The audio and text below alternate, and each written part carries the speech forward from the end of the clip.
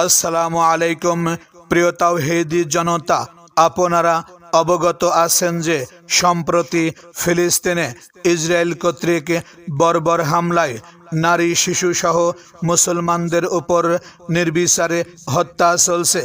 একজন মুসলিম হিসেবে এর প্রতিবাদ করা আমাদের ঈমানি দায়িত্ব।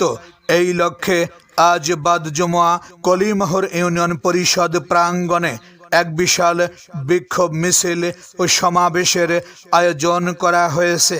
এক বিশাল সমাবেশ ও বিক্ষোভ মিছিলের আয়োজন করা হয়েছে।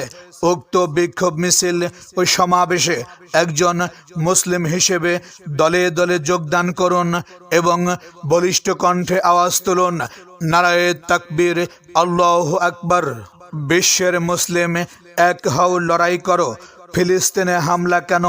জাতিসংঘ জবাব দে। ইসরায়েলের আস্তানা জ্বালিয়ে দাও, গড়িয়ে দাও।